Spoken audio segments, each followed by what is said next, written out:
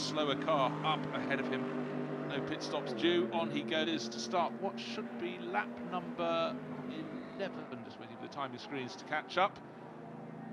The opening round of the championship. The 4-hour race then. These VLN races are 4 hours. 28 laps were completed. And we're almost an hour and a half in. And certainly having made the most as the flatbed truck is the moving chicane down towards the twisters at the end of the lap, trying to see which car is on its flatbed. Presumably it's the Bonk Motorsport BMW we saw against the barriers some 15 minutes or so ago that brought out the Code 60. Yes, very often the best way back to the paddock is to bring it along the racetrack, because the mountainous area means that some of the internal roads aren't terribly suitable necessarily for flatbed trucks. So it happened in the last quarter of the lap. So I guess that might be why it's being brought home that way. Well, what we're seeing now, Paul, is that the gap was 9.7 seconds, and the 37 Bentley that was in all the action early on from Bentley team ad Christian Mamarov has closed to 6 seconds. Then there's a gap of another 6 and a bit seconds back to the car that won the opening round, the 911 Porsche, bright yellow and bright green anti-racing Porsche in 3rd place.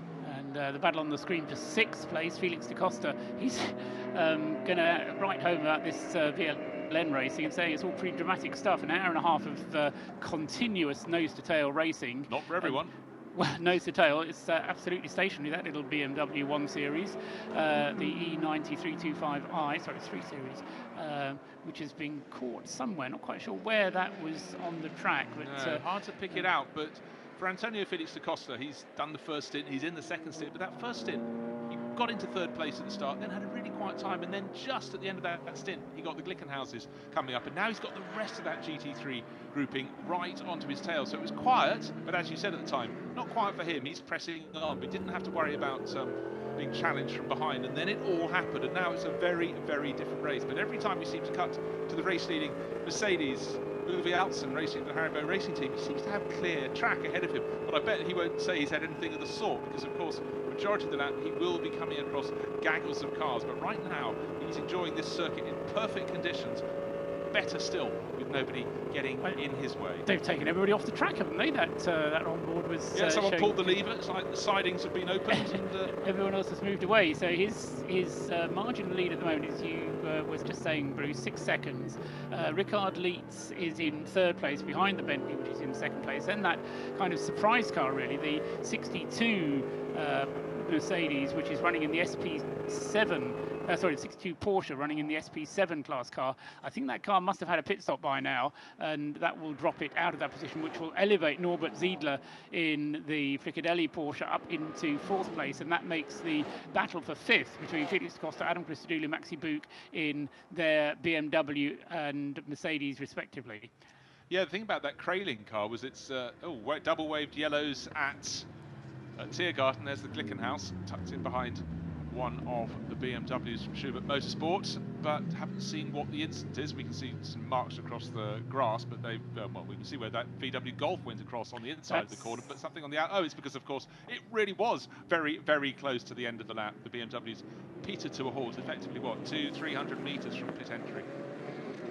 Yes, and then once they get back onto the Grand Prix loop, the green flag is shown, and they can have proper racing again, which brings us to the close of lap 11 with having made their pit stops, the Glickenhausers having dropped back quite a long way. Thomas Much being shown currently in 13th place, and Joseph Westphal down in 26th place, which makes me think that maybe they had a problem in their pit stops, because unless they're going to come up as the timing screen catches up with itself.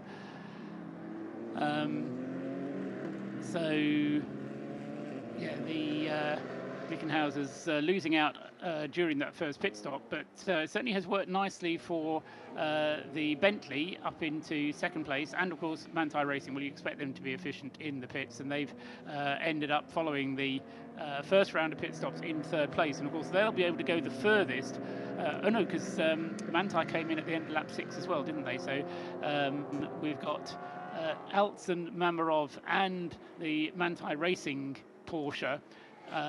Mercedes from Bentley, from Porsche, those three all made earlier pit stops than the cars behind. So we'll be expecting to see the first three into the pits before we get the 4th, 5th and 6th place cars making their equivalent pit stops. Well, Glickenhaus's overtaking does seem to be the order of the race in 7:04. Again, just gaining positions. We talked of Frank Kraling, who ran in 2nd place in the SP7 Porsche. He's, well, on our screens, he's now starting to tumble. He's lapping 7, 8, 10 seconds even slower than those around him, and he's fallen suddenly down to 23rd position. So it was almost so there was a transponder problem or whatever it was. Well, I think it might have been his pit stop. Well, he must have had an early one, and then... Yeah, a later pit stop that he then fell down the field, because we saw the other Fricadelli car having a late pit stop, and I think that 62 Porsche would also have been having its slightly later pit stop. So an hour and 34 minutes of the DMV DMV. 4 hours elapsed, 2 hours 25 minutes still remaining, and with Uwe Altzen on his 11th lap, probably coming in, I would say, on lap 13 or 14, so only another 2 or 3 laps before the next round of pit stops. In fact, we're just seeing a few peeling in now, and yes, just confirmation, Frank Kraling, his Porsche last time around lapped in 11 minutes 34, therefore that was his pit stop lap, rather his previous laps have been 8 minute 28, 8 minutes 30s. So the late pit stop. So in terms of who's up front, it's Uwe Altzen in the Haribo Racing Mercedes, Christian Mamarov giving chase in the number 37 Bentley, then Richard Lietz in the 911 Porsche. Adam Christodoulou has been making really good, strong progress for the Black Falcon Mercedes teams. Antonio Felix da Costa, he did the first stint, he's doing the second stint for the Schnitzer BMW crew. Then Maxi Buch is starting to up the ante in the 47. That's the gunmetal and green Mercedes. So Mercedes starting to show their hand, and Porsche not really doing so, with the exception of Richard Lietz. The number 4 Porsche has fallen down the order. Klaus Bachler still on board. He was 5th or 6th before the pit stops. He's down in 14th. So how the things have changed. We thought the Porsches looked very strong in qualifying, but as Paul pointed out, qualifying is one thing, and racing in the VLN is something else. Here is that. Look at that variety. Mercedes, Bentley, Porsche, Mercedes, BMW, Mercedes, that's Audi. Audi only as high as 7th, and it's not 5 crew anymore. It's the number 29 crew. Just keep that's the notice there. Yeah, that's the Lant Motorsport car taking over the cudgels for that, with Christopher Haase behind the wheel there, and he in the number 29 Audi in 7th place overall. But the car to look out for, I think, is the erstwhile leader, number 31, the Fricadelli Porsche, which Norbert Ziedler, I think, is still behind the wheel of, and yeah, we have still got. No, we did keep Norbert Ziedler behind the wheel of the of that Porsche, but because that lap time, although it's 32 seconds behind the race leader, the Porsche number 31 on its last lap, its flying lap out of the pits, was some 9 seconds quicker than Christopher Haase's Lant Motorsport Audi. So I think we're going to see Norbert Ziedler, if he can get through, and of course that's exactly. He's necessarily the work of a group. moment. He's at the back of that little group, but he is capable of lapping more quickly, so he will be pushing, and provided he picks his moment, I think that could be something, if you're able to watch out on the circuit, would be something to watch. Well, have we had a change of lead? Because yes, we have, because Christian Mamarov has got ahead of the Haribo Mercedes. I was just about to say, in the early stages of the race, the Haribo Mercedes in the hands of the driver who's still at the wheel now, Uwe Altzen, and the pace of Norbert Ziedler in the Fricadelli Porsche, they were 5 or 6 seconds a lap quicker than the rest. That's how they were dropping the field. They weren't quite close enough to fight each other, but anyhow, now the car that seems to be in almost every second incident among the GT3 runners, just a wheel wide here, going over the curbs there, is now in the lead of the race. So Christian Mamarov has wound it up. He was fighting for sort of 8th, 9th, 10th positions. He's got up to the front of the race. Paul. And he's the 4th leader of this race as well, because we've had the 31 Norbert Ziedler leading the race. Then we had the number 8 Uwe Altzen. Then we had the number 702 Glickenhaus. Thomas Much was in the lead of the race. And now the number 37 Bentley, still with Christian Mamarov behind the wheel. That car hasn't had a driver change. Tended to be, during that first round of pit stops, that driver changes were not the order of the day, Bruce. Yeah, I think they're waiting for the field to thin out. Maybe that's their tactic. But having just passed Uwe Altzen, he's dropping him. Altzen is not able, as they turn off the Grand Prix circuit, to stick with the Bentley that's just gone past. Now, We've been watching fairly clear track and a few back markers ahead of Uwe Altzen. Now let's see what it's like, as he gives chase to Christian Mamrov, starting to twist his way down through the hats and backs. This is, as you say, Paul, where the track really starts to be magical. But what we can see from here is that Mercedes does not have the pace of the Bentley, or more to the point, the Bentley has exceeded the pace of Mercedes, and Christian Mamrov is really going through these twisters. Then the track will start opening out Arenberg and many points beyond as they go through these final twisters, and then just past all these tents you can start to open it out. It still feels constricted because the trees on the left of the circuit. This little corner, a little kink to the left, and then they can really stretch their legs. In fact, down towards the Flugplatz. This is heading down to the Flugplatz now, and I think as they head down towards the Flugplatz, that's where the Mercedes has the advantage. The Bentley maybe has the advantage through the little twiddly bits, but when it comes down to power, then the Mercedes is not losing any ground at all now to the Bentley. Far from losing, he's really getting under its wing, just trying to see what they're passing. Is it, oh dear, only just leaving enough space inside the BMW. So, but what we have seen is Uwe Altzen takes no prisoners at all in traffic. He knows he's got to hang on as it gets twisty. Uwe Altzen never took any prisoners, and never has done, never will. Down past Schwedenkreuz, down to Arenberg, now down into the Fuchsröhre. They go into the foxhole underneath the shadow of the trees. I'm not sure that bit of the racetrack ever gets into the sunshine. It always seems to be in the shadow of the trees. And then beyond the Fuchsröhre, again, the twiddly bits is where, well, not the twiddly bits, but the fast corners. It's not the tight corners, but it's the fast corners is where the Bentley just seems to pull away a little bit. And then when it becomes a bit more to the power aspects of it, that's where the Haribo Mercedes is able to close up once again as they head up towards through Metzgersfeld, through the Adenauer Forest, then up towards Metzgersfeld. Way back up the hill to the higher parts of the Nordschleife. Of course, television always flattens a circuit. This looks like it's got loads of gradient. Go there and it'll have twice as much as you're seeing here. This is a serious drop as you go down, and you can see totally committed from the Bentley. Beautiful cornering line there. And then down they go. Now, where is the back marker going to go? They're both going to catch it, and catch it very soon. Is it going to be a tight corner? Yes, it is, as they come down to Ersifen.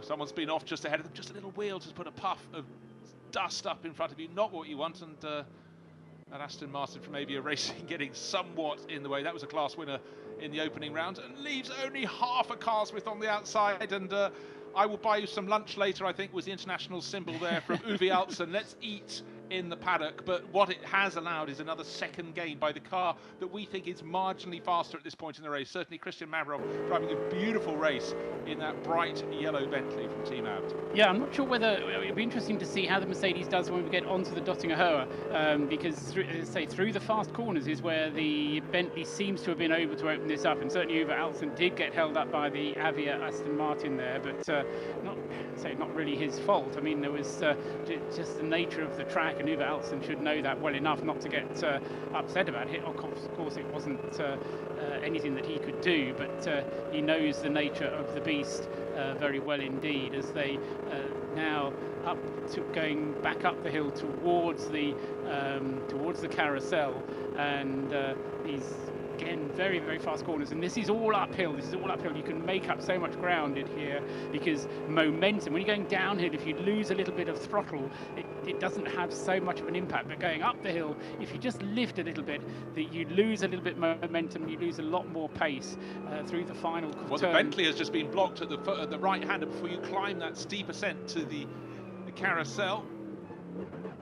Oh, we've got something's happened. That's the Co-60 up ahead. Gone into a yellow flag zone. We can see why we wanted the BMW Cup class cars against the barriers. Doesn't seem anything untoward. And they're being released. And the Bentley was very quick to hammer down the throttle. Christian Mamrov has put one car between himself and the Haribo Mercedes behind him. Now, let's see if it's better luck this time. Around the outside goes Uwe Altzen in the Mercedes and makes it stick. Last time he got caught out, lost, and went to probably 2-3 seconds back down the track. Was able to gain, we thought, very suddenly behind the Bentley. Was the Bentley blocked? Yes, but only by waved yellow flags and suggestions they might have to back off. Now, my theory is they're coming up down now to Hohe Acht, the highest part of the circuit, and then after Hohe Acht they swing over the top and then down through the Wippermann. Now, my theory is that it's the Wippermann, or it's the fast corners where the Bentley has the advantage, and we'll see how the Bentley is able to go through the sweeps of the Wippermann. Well, he's already opening out that little bit. Now, of course, Uwe again has been caught. That BMW tries to get out of the way, but again, another loss of momentum there. And now, look, it's probably 2.5 seconds the advantage of the Bentley driver over the Haribo Mercedes racer, and certainly with nearly 2 hours on the clock, 1 3/4 hours on the clock, plus that long formation lap, etc., etc. Uwe Altzen, not a spring chicken, is probably starting to feel the heat on what's a very warm spring day, but right now he's got a clear focus. But from his point of view, he doesn't want that focus to be ever further in the distance, and you must say Christian Mamarov is really, really starting to escape in the Bentley. Yes, this is, in a sense, what I expected to have happened. They're now coming over the Wipperman down in towards Brunchen, big popular spectator enclosure, and that'll be, it's always good for the soul somehow to see a big crowd of spectators watching you. And then after Brunchen, you get the Flansgarten, but getting ahead of myself as to how far around the track they've got at the moment. Here they come now into Schwalbenschwanz, and then a couple of right-handers into Galgenkopf then, and back onto the straight, and that's where the Mercedes perhaps will have the advantage back again. They turn right and then right again, and then onto the long straight, which will head back towards the main starting area. And here you see whether the Mercedes is going to be able to close. Bright yellow headlights on the Bentley, bright yellow headlights on the black Mercedes as they head down the Dottinger flashing lights from Christian Mamarov. This is a slow car, almost slow stationary Porsche on the left. We've got the GT86 Toyota in front of them, a Porsche Cayman. This is the first two, covered by about 1.5 seconds, maybe 2 seconds. 1 3/4 hours into this 4-hour race.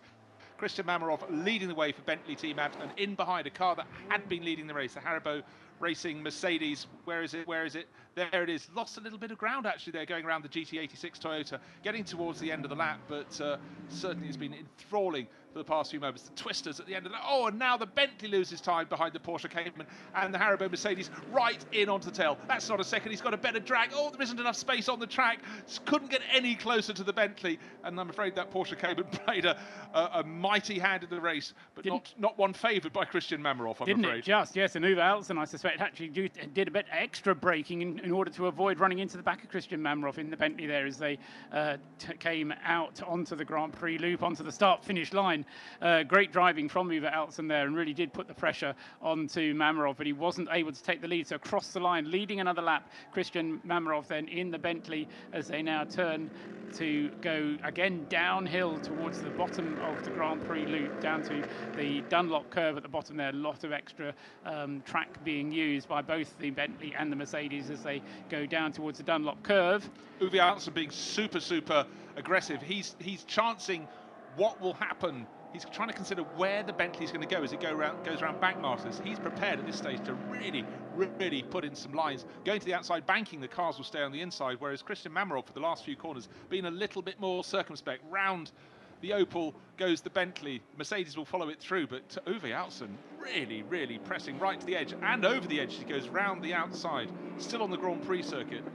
Here, up to the chicane they go, but this is the point at the circuit in which Uwe Altzen has really been attacking. Once we get to the twisty things, Paul and I have a theory, and that is that the Bentley seems a little bit more wieldy at this stage of the race. You're absolutely right, Bruce, but the interesting thing is that however wieldy or unwieldy the cars are, it's not actually the performance on the individual parts of the circuit that makes the difference. It's where you hit the traffic, and it's those impacts where first of all we had the Mercedes caught up behind the Aston Martin. That lost Uwe Altzen 3 or 4 seconds. Then the Bentley lost equal amount of time getting caught up behind that Porsche. So well had the track been wider coming to start finish straight, the Mercedes would be in the lead. Well, because yes. he had far more momentum out of that corner, as you suggested, possibly had to dab the brakes rather than hitting the tail of both of them. But we're not complaining, we want them close together.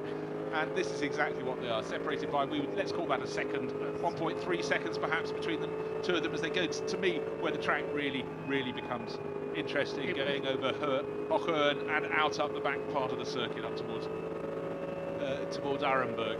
It was 4 seconds, the gap back to Richard Lietz. Whilst we've been looking at this battle for the lead, it's easy to overlook what's happening behind. Well, I'm glad you said that, because it was 9 seconds, so having not been caught in this tangle, they've started slowing each other down. So Richard Lietz in the Manthey Porsche, waiting for the time to come up at the end of 12 laps. We're still being shown the gap on the previous lap, where it came down from 9 to 4. Behind Richard Lietz's Manthey Porsche is the Black Falcon Mercedes of Adam Christodoulou, car number 6. Behind him is Maxi Blug in the number 47, the HTP Mercedes-Benz, and then he's in 5th place. In 6th place is Felix Costa's BMW. In 7th place is still Norbert Ziedler in the Fricadelli Porsche, and Norbert Ziedler still closing in on Felix da Costa's BMW. Yeah, getting close, lapping almost identical lap time last time around. But again, what we're seeing is this enthralling battle for the lead of the race. The Bentley has now put another car, another BMW between himself and Uwe Altzen. Uwe doesn't bother with that, he just nips to the left, just manages to get the car round the left-hander that's immediately followed by a right. That could be almost anywhere around the circuit at the Nürburgring. Clockwise circuit of the highest magnitude through the Eiffel Forest. But I must say, right now, Christian Mamroff does such a great drive just to not only catch the Mercedes, and he's just suddenly lost all his momentum behind a back marker, and the lead is halved as Uwe Altzen closes, dives inside down the to Bond Breitscheid, Motorsports. through Bearseifen down to Breitscheid now. Bearseifen, one of the slowest corners on the Nürburgring circuit, the Nürburgring Nordschleife. Immediately after Bearseifen, again a big spectator enclosure on the right-hand side there, down to Breitscheid, over the bridge. Used to be a very picturesque bridge, but now with lots of catch fencing on either side of it, and then a hard uphill again after that, right down to the bottom at Breitscheid. And this is really after Breitscheid, you then get Bergwerk, and then the long climb, and this is such a crucial climb to get back up to the point where you start heading towards Carousel. But in the meantime, this is where the Audi 80 suddenly got all 4 wheels sideways when it was slightly damp, and it was in the days before Quattros, and I had a little flutter at that moment. Did you?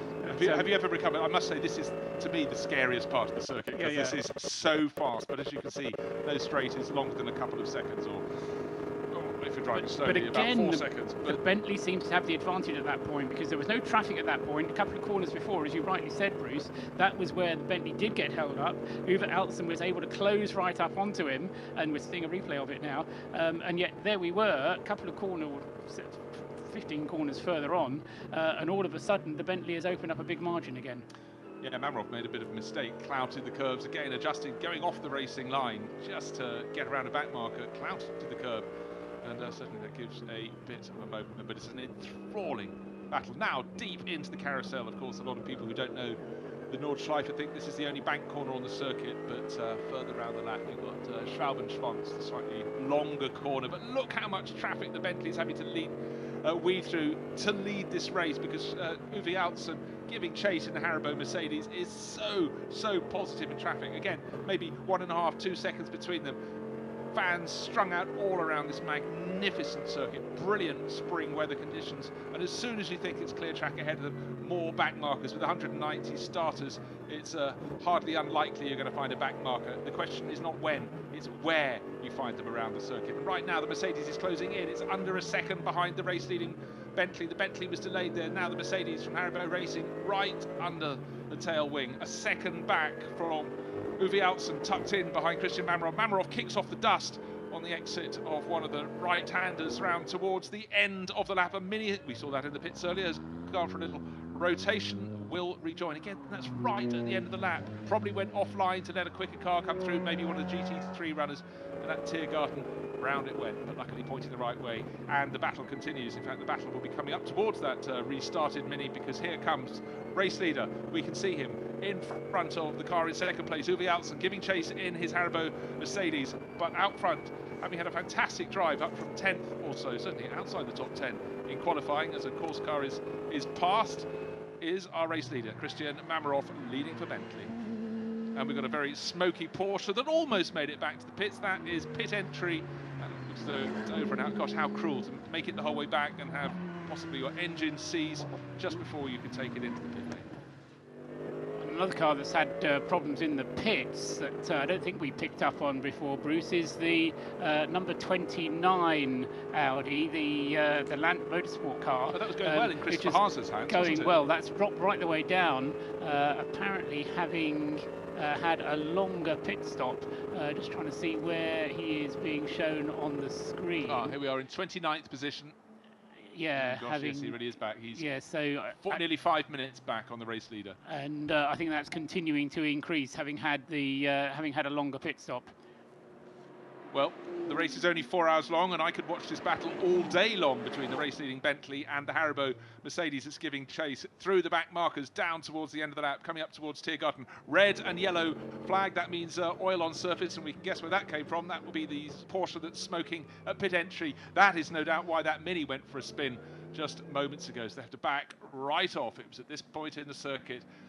Unluckily for Uwe Altzen, there's a back marker between himself and the race-leading Bentley. He cannot overtake it until those yellow flags are withdrawn. There's the green flag to say you can put the throttle down now, plant the hammer, and in fact the back marker peels off anyhow. So there's the race-leading Bentley. The gap between he and the car behind looks like it's about 3 seconds as they come up to the start-finish line one more time. So Christian Mamaroff leading the car he's showing with Nico Verdonk and Jordan Pepper, the South African racer.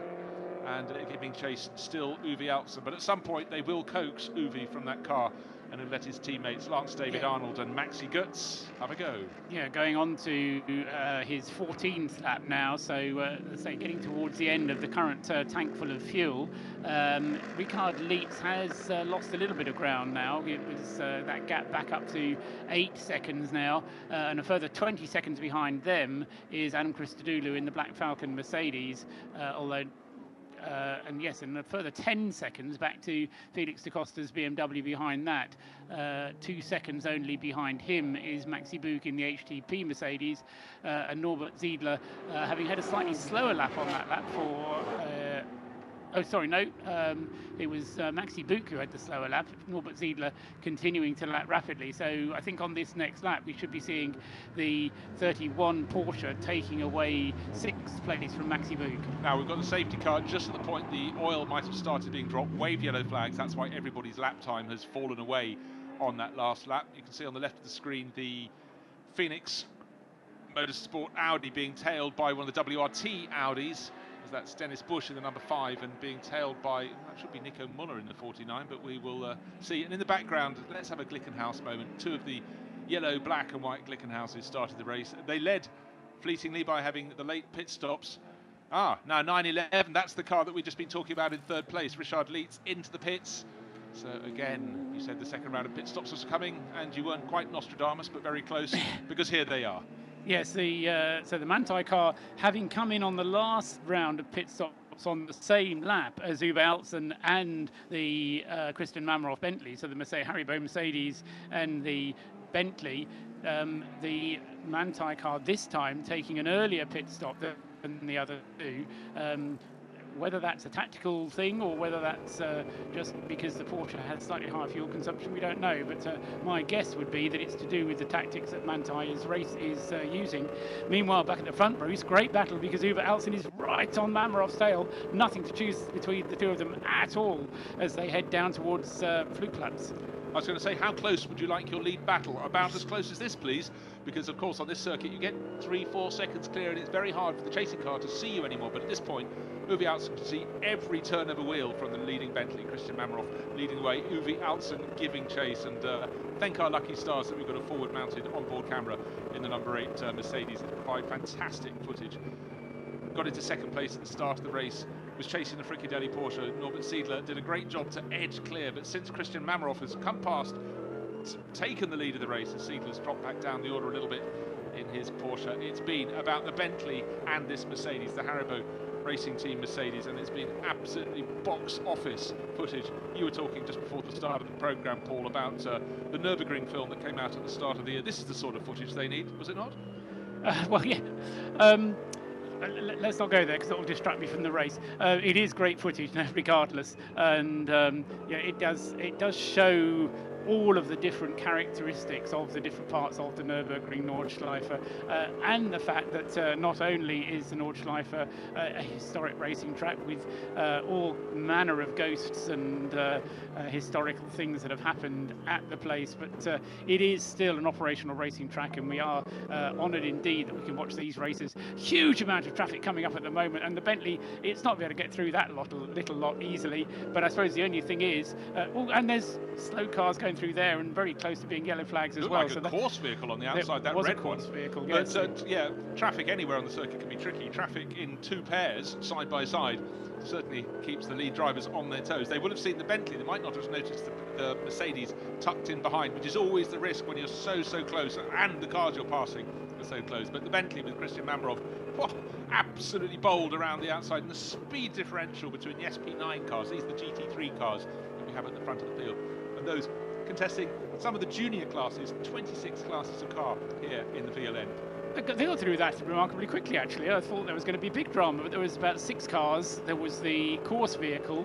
There was a car stopped on the track as well. There was a yellow flag zone, but they dealt with it all. And the gap between them is the same as it was before. There was no particular gain. If anything, the Bentley slightly eked something out. Again, going up the hill through these fast sweeps, going up towards the carousel, and in a moment they'll come to the point where the Steilstrecke goes off to the left-hand side, and they move to the right, and then head in towards the final hairpin bend before the carousel. And that the Bentley does seem to have a bit of an advantage there, but as you've been saying, Bruce, it is a 4-hour race. We're just about halfway through it. It's coming up to 2 hours, about an hour and 59 minutes of the race. And so, you know, there's no need to win the race at this stage for them. They can quite happily just, if Uwe Altzen has something in hand, he may well say, well, there's no point in risking it just here. I'll just keep things calm for the moment.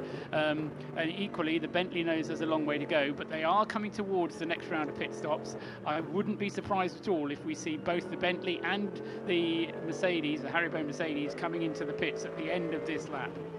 Yeah, I think you're absolutely right. I think both drivers will feel somewhat exhausted. Christian Mamarov, because he had the chase to get up to the lead battle and then work his way to the front, and Uwe Altzen just because he's been battling from the very outset of the race.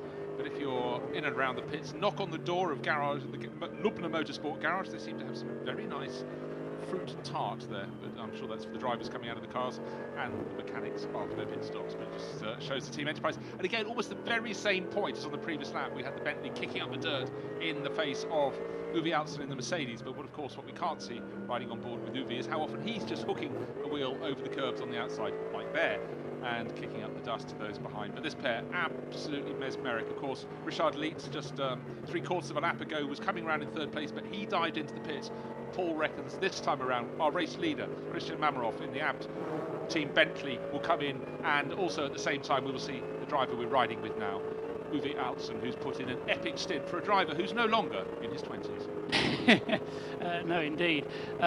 Just a quick recap on incidents that we've had. 4 reported cars out having had accidents. 388, the BMW Mini, is out of the race. That's 388. 463, the Egbert Horn and Renefart Porsche Cayman. That car's out of the race, it seems, with an accident. The BMW 325i of Griesemann, car number 475, that's out. And Bugs Bunny fans, Bugs Bunny is racing in this race. Car number 695 is his car. He's had an accident as well out on the circuit. And then there's a few cars that have had technical problems. Number 60, 451, 810 and 531. Those cars not necessarily out of the race, but they've all had technical problems in the pit lane. So with 190 cars, you're not necessarily going to get them all going without any problems at all. I thought we were going to play a game there called Spot the Car in 2nd place, because the first shot we had as they came down the main straight, you couldn't see the black Mercedes. It was tucked in behind the rear wing of the yellow Abt Bentley that's coming round towards the end of the lap.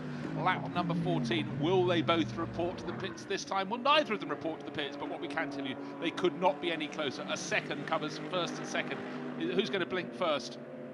They both blink together, as Paul predicted, and into the pits they come. So we'll see if any of the cars behind in the chasing group, but there were some 20 seconds back and losing ground, will be able to come through and take the lead of the race by not pitting this lap. Richard Lietz is listed still in 3rd place, again ahead of Antonio Felix da Costa. So. Well, Richard Lietz has already made his pit stop. Yes, he's made his pit stop. So the time is out of sync a little bit. The car that should come through will be number 43, the BMW, but that will also be bound for the pits. I think Felix da Costa will also be coming towards the end of his stint. My prediction is that it's the number 49 WRT Audi that will go through and take the lead. Nico Müller will stay out for at least another 1 lap.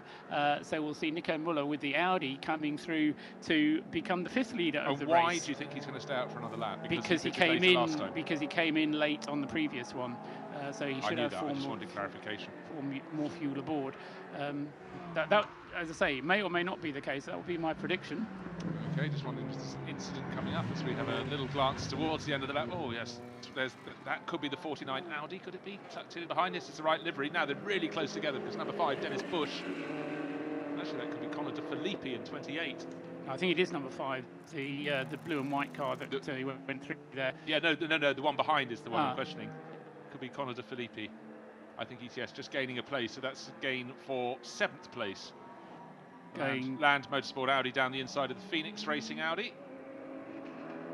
Yeah, that was a change of place. So they're going around for one more lap. I predicted that the number 4, and so it is. So the Audi's having pitted slightly later on. Of course, the laps are so long, 24.358 kilometres of German glory in the Eiffel Forest. You're not going to be able to just squeeze another lap out of it by making it a bit more economical or by saving some fuel. You really need to know at the beginning of the stint how many laps you're going to do and stick to it. And say the predictions that I've been making are only based on what they did in their first stint, and so thus I know that they have that range because they did it on the first stint. It's not rocket science, but I think certainly the other aspect to it is looking at it from the point of view of time. We're over 2 hours into the race now. Half distance, therefore, was about 5 minutes ago, and so they will need this stop that these cars will be making soon, and one more. Whereas for the Bentley and for the Haribo Mercedes, once they've made their stop, there will be one more stop to the checkered flag, and that'll be it. So a 4-hour race, 3 pit stops, and that's your lot. Will be the order of the day.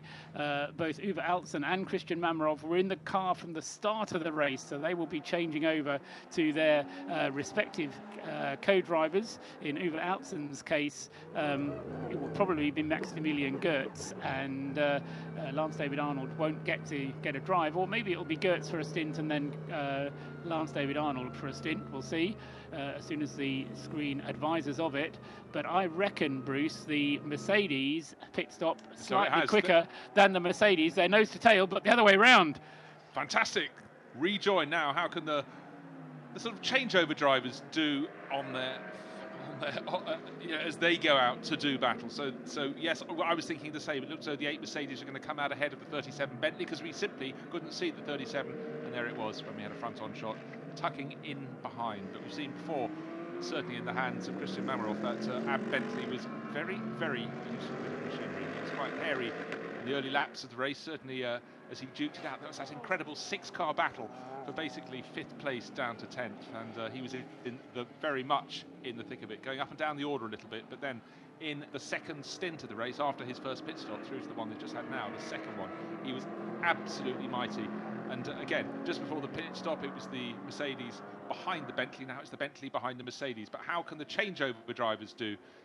Will they be as feisty as the pair that went ahead of them? Well, Alston was driving the Mercedes. He drove a storming opening couple of stints, and Mamarov likewise in the Bentley. But now their changeover drivers They're right back, taking the same theme. They're right on it, aren't they? They're straight away from the off. Well, the Bentley's gone on the inside as they went up through the is that the Schumacher S before they got to the Hatzenbach, and the Bentley has taken the lead, and very feisty, and I mean right on the pace right from the get-go. And Haribo Mercedes, having turned the car around slightly quicker in the pit lane, is now looking at the back of the Bentley again. I think you have to say whoever's on board the Bentley, whether it's Nico Verdonk or Jordan Pepper, I think it's probably Nico. Oh, and immediately they go into a slow zone. Did everything a team manager doesn't want, overtaking into a chicane, sort of 6 corners into your 1 hour stint. But now let's see what's beached at the side of circle 1. The BMWs from Row Racing. So trying to see, Philip Eng was running in 13th place before the pit stops. Don't know if it's him or the sister car, the sister BMW number 100, the 3 row. Sorry, 98 and 99 are Marc the two. Basseng or Maxime Martin. We thought we saw Martin get out of the car, so that should be Marc Basseng if it was from the 99. That looked like a fairly terminal problem for the Row Racing BMW, didn't it? So BMW not quite up on the pace. I mean, they were the quickest non-Porsche after the qualifying, but yeah, well, certainly the pace is with the Schnitzer crew, because Antonio Felix da Costa ran 3rd in the early stages, dropped down the order, is back in 3rd now. But for Row Racing, the team that seems to be sort of almost carrying the flag for them in international racing for the past year and a bit, not looking like the greatest of meetings. And now the Bentley really has started to drop the Haribo Racing Mercedes, because that's about as big a gap as they've had for quite some while. But as soon as I say that, a back marker slows the pace of the Bentley, and it gives the Mercedes a chance to close right back in. That wouldn't be allowed at Brands Hatch. Dog in the spectator area, well, not on a lead, but that's different regulations in different countries. No, certainly the way that the Bentley did start to disappear at the beginning of that stint, very impressive indeed. This is the having only it was a 38 Bentley that came second in VLN 1, was a minute behind after 4 hours. Well, this time the Bentley may not have been in the lead at, well, he was in the lead, wasn't he, at the 2 hour point, and having had a pit stop was then half a length behind, but has now taken the lead again. I could see the yellow flags being waved. I thought we got through all the tricky bits before the end of the lap, but the final corner, a car has pulled over at the side of the circuit. I think it's now, is that BMW? It's limping in. I think it was got itself going. More stationary than that. Oh yes, the Porsche it's Cayman. A Porsche, yes. Number, well, something 66, parked at the edge of the circuit. So code 60, you can see the pink flag with the diagonal lines and the 60 writ large in the middle. It's number 166, I think. That is right at where you would want to be moving over to the right-hand side in order to go into the pit lane. Yeah, so any GT3 runner will be trying to go through there as fast as they can. They'll see the yellow flags, but on your pit in, it's your last chance to eke out a second for your team's advantage. So that's not a good place to be stopped. I'm sure they'll get that taken out of the way very quickly indeed. But just another component of a VLN race is having so many extraneous things to deal with. There's the Piccadilly Porsche that was right on the sharp end early in the race with Norbert Siedler. Sorry, that's the sister car. That's number 30, that's not 31. Yeah, that's the Sabina Schmitz driven car. Yes, what we're waiting to see is who else is going to come in for pit stops at the end of 14 laps. We had the Bentley and Haribo Mercedes making their pit stops. We're expecting Felix da Costa to come in as well, and what I am then expecting to see the next one through would be the WRT Nico Müller Audi coming through and taking over the lead of the race. That's not yet being shown to us. Yes, just confirmation that the BMW you saw, or the Row Racing BMW that you saw on the left-hand side of the circuit at the Hatzenbach, Bruce, that's absolutely correct. That was Mark Basseng, the number 99 car. And also we've had contact reported out on the circuit between number 22, the Ferrari 488 GT3 car, and the number 125 Porsche 911 GT3 Cup car. Number 22 and 125 coming together at Brunchen. And a technical problem for 466. That's the one that you told us about, the Porsche Cayman of Shellhouse and Blickler on the circuit. Meanwhile, back on the circuit, would you believe it? Haribo Mercedes staring at the back of the rear wing of the Bentley again, Bruce. No, I think it's a replay. And we know full well it isn't. This is absolutely fantastic. It's how can you have a two-car race in a 190-car field? There are many, many races, of course, throughout the order, but this is just absolutely magnificent. It's been about 20 minutes, punctuated by a pit stop that had the decency to flip their order around, and that incredibly bold soon we get to a slow area on the circuit looking code 60 flags. This is at Brunchen, so this is to deal with the accident between the number 22 Ferrari and the 125 Porsche. Just see what we can see. There's the Porsche on the right-hand side. Oh, and the Ferrari facing backwards, so I'm afraid that's Pro-Am entry from Wochenspiegel Team Monschau. Not good, but as soon as they're released, and is that the 911 Porsche up ahead? Certainly the same livery. It looks like the Manti Porsche that won the opening round. No, I think it's the other class car. The other class car in the same livery. It can't be. It should be another part of the circuit. That's the 911 number car. So I think that must be the other class car from Manti Racing, which is in the same colours.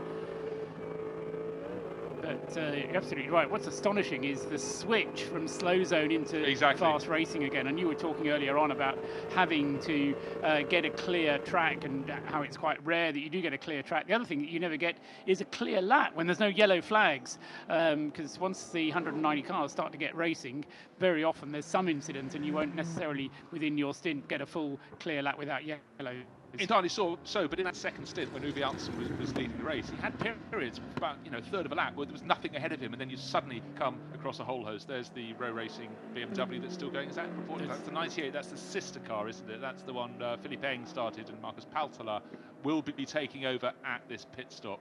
And Philippe had just outside the top 10, 13th position for him.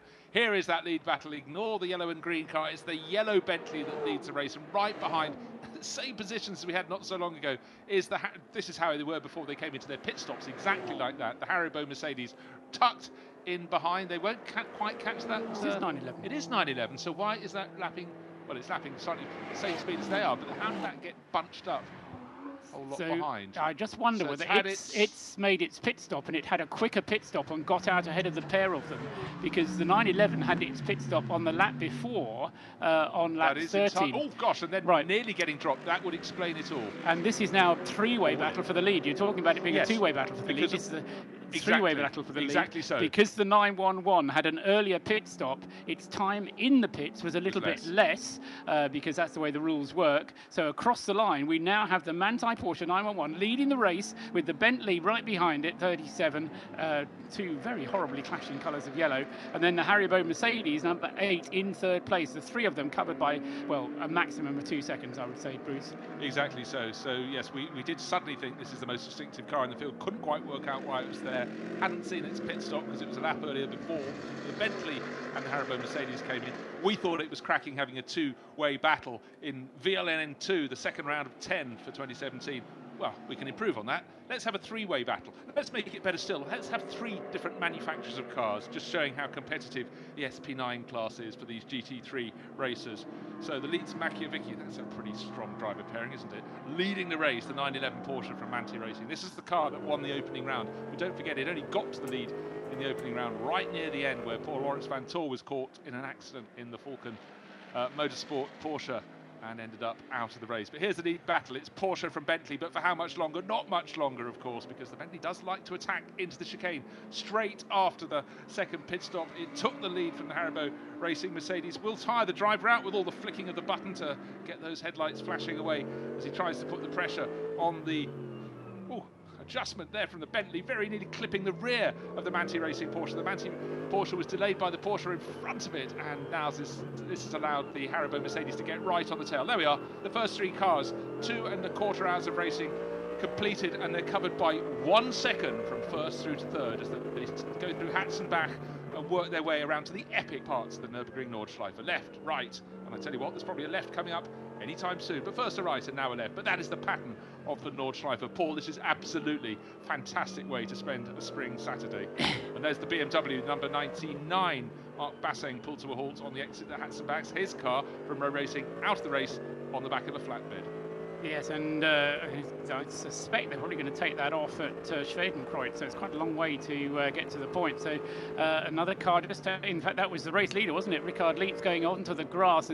Actually, is it still Ricard Leitz? We've probably had a driver change in the 911 car, so it'll be Fred Macavici now at the wheel, taking to the grass a little bit there. And I just wonder if this Haribo Mercedes has been given orders to stay behind the lead battle, just so we can see it, because we've got the view out of the windscreen of the Mercedes of the battle going on for the lead between the brightly coloured yellow cars as they go down towards Arenberg, underneath the bridge, going down into the Foxhole, Foxeröhre, and again dicing their way through the traffic. A little bit of clear track at the moment as they head a little bit further downhill, but further sweeps, and then we get into the tight bit where they then have this. There's a beautiful view at Kallenhard over on the left-hand side, which I remember Derek Bell in his famous video of the lap around the Nürburgring was talking about the lovely view. You get the trees have grown a little bit, but do you know what I reckon we ought to be looking out for, Bruce? The Bentley making a challenge for the race lead. We need to know who's in the Bentley, but it's definitely Fred Macavici at the wheel of the Porsche. And well, we're thinking it's Nico Verdonk. We think Jordan Pepper will do the final stint, but until proved and that's to be the case, probably Lance David Arnold at the wheel of the Mercedes would be my guess. Still listed as Uwe Alson. I haven't checked if he's got different driving gloves. We can't see the driver's helmet, but what we can see is first, second and third sweeping their way through traffic to the left, to the right, and they're covered by, not more than a second and a half as they brake hard down the hill. And the Porsche turning in is interrupted. The Bentley gets closer and closer to the two of them is the Mercedes, but then as they've still got the back marker trying desperately to get out of the way, managing to do so, it's battle on all over again. This, though, just to clarify the confusion that I was about to have, isn't the battle for the real lead of the race, though, because Nico Müller, who is still out at the wheel of the WRT Audi, as I suggested he would by staying out for an extra lap, Nico Müller has taken over in the lead of the race, so he becomes the 6th leader of the race in just 15 laps, which is not too bad, with Conor De Philippi just behind him in the Lant Motorsport Audi. So it's an Audi 1-2 at the moment, but it's an Audi 1-2-3 because the Phoenix Audi is out there 3rd place, and because they have had a longer stint, they will be spending longer in the pits, having to be refueled. Where they will gain their advantage is on the last pit stop, where it will be a shorter minimum pit stop time, and so by staying out longer now, they'll get pushed back further, but then on the final stop, which will come towards the end of the race, then the Audis will be able to possibly filter further up through the field. But for the moment, with that shorter final pit we've stop, got we've got an Audi 1-2-3, and then the Glickenhaus is 4th. Klaus Bachler is in 5th place in the Falcon Motorsports right Porsche, behind the Glickenhaus, the second back. And then behind that in 6th place is the Black Falcon Mercedes number 7. For the driver of the Haribo Mercedes, we think it's Lance David Arnold. Just what he didn't want was getting separated. And the Bentley makes a move and goes, sorry, that's the back marker they've just gone past. Sorry, get a little bit jumpy. In fact, the Porsche's managed to open out a lead of about a second. Then it's about 2 seconds back to the Haribo Mercedes in 3rd place from the Bentley that is the meat in the sandwich. And what had been so close, the first 3 covered by, well, the first 3 effective runners running in battle for 5th place overall at the moment, but the first 4 have to come and make the pit stop. We're so close. Now they're separated. They're still very close. Still probably 3 seconds from 1st to 3rd. We're getting close to having completed 2.5 hours of this 4-hour VLN race, the second one out of 10 for the championship, bringing coverage from the Nürburgring in a fantastic April sunny day. But now battling out down the straight, one of the Audis from Team WRT, or is that in fact Nico Müller in the... Yes, it is Nico Müller by looks of things. If that's 49, can't quite see until it's in picture. There it is, race leader, but no doubt just about to come up towards the Tiergarten and pop into the pits. Yeah, that will be at the completion of its 15th lap, therefore. It came in for the first pit stop after 8 laps.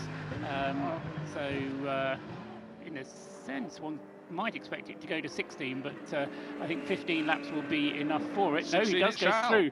It shall go to 16 laps, so as I say, it can do, and I can't imagine, are they going to just try and do the 4 hours on 2 pit stops, because by the time they get round again, we'll be 2.5 hours into the race. Well, one of its sister cars peeled into the pits, or was that the Land Motorsport one but certainly Dennis Bush and Conor De Philippi, so Conor's in the Land Motorsport Audi, did make a pit stop from 2nd and 3rd in the running order. There is the Glickenhaus that's coming around in 4th place, Thomas Bush. He should have Klaus Bachler, yes, just in behind in that turquoise and blue Porsche. So the lead battle we're talking about will become the overall lead battle again, and that is the 911 Porsche, the winner in the opening round, followed by the Bentley and followed by that Haribo Mercedes. Not yet, though, because Nico Müller stayed out. So the WRT Nico Müller Audi has stayed out, continues to lead the race, and as I was about to say, it will be 2.5 hours gone, 1.5 hours to go when he gets around at the completion of this lap. And if he can do the same again, he'll be able to get to the checkered flag on no more pit stops. Well, Toyota GT86 getting it wrong right at the end of the lap, and that's going to have to limp in. No one behind, a little bit of shrapnel on the circuit. That's Kabuki and Clean, number 280. They're running their own class. Toyota GT86s in the Cup classes. That's an SP3 class car, though, the number 280, I think. Runs in it. So yes, there is a class for GT86s. No, but that one, they're number 5 something. They're running in the Cup 3 class. So different types of GT86 run in different classes.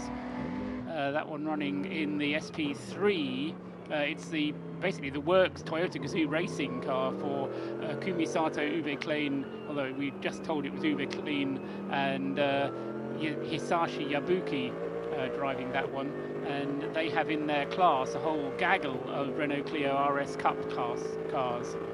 Okay, well, what's just happened there is Richard Lietz seemed to gain a bit of an advantage because the Bentley and the Mercedes in effectively second and third, but realistically with Nico Muller going around for one more lap, have dropped back. Where's the Porsche? It's dropped them. It's the background of the photo, so he's got the shot. Ahead. He's got about 6 seconds clear. I think he wasn't delayed as much as they came across that recovering Toyota GT86. Still, it's very, very close behind. Let's have a look. Here is, oh dear, getting it wrong all on his own. Nobody else to blame, I'm afraid. Got it wrong right at the end of the lap. In fact, quite lucky, glancing against the barriers more than anything else in particular. And in fact, the bodywork and bits that flew off to the inside of the wheel arch went onto the grass rather than lying on the circuit. So that's a relief at least. But there's our race leader.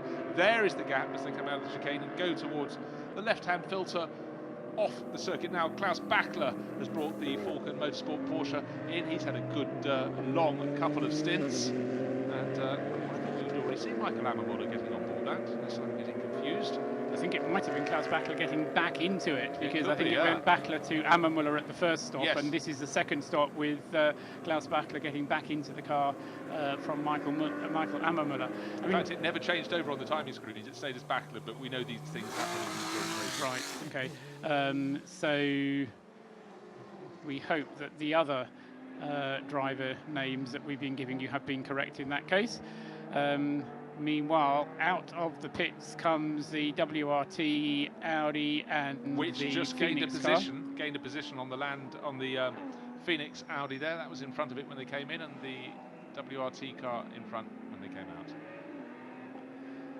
Again, whenever you look at a pit stop, cars coming down the pit lane, it seems unbelievably slow. You think, have they got a problem? But no, there is a speed limit in the pit lane, and nowhere is it more important than at a race where you've got 190 cars trying to share the pit lane. Yeah, 60 kilometres an hour, the pit lane speed limit, and as Bruce says, absolutely right that it is so. Falcon Towers not being quite so competitive in this race as they were in the previous, as the Falcon BMW shared with Marco Zayfried and Steph Dusseldorf.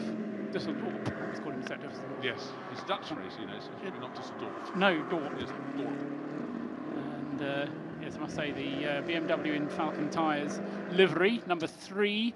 19th place, Steph Dusseldorp listed as being at the wheel, but that's just out probably from its pit stop. Now let's have a look. Oh yes, well, it's not surprising he gets, you know, sort of cut a bit of action into the tyre. Lot of pickup around the circuit, of course, here. I wouldn't do that towards my body if it was me, I must admit. But yes, oh well, you've been there and not done that, which is a good thing. My mother always said, blades away from the body. So going back to the two Falcon entered cars then, 3 and 4, the BMW number 3 and the Porsche number 4. So neither of them featuring so high, although the Porsche did get up to 5th place before its pit stop, but as yet to lead the race. And this time they're on their 17th lap with an hour and a half just over remaining of the race, and I reckon that that leading Audi, the WRT car, may well do a pit stop at the end of this one and then try to get to the flag on that basis, which will possibly give it an interesting advantage, or possibly just a splash of fuel towards the end. If you pit within the last 30 minutes, I think it is, you don't have to you don't have a minimum time at all.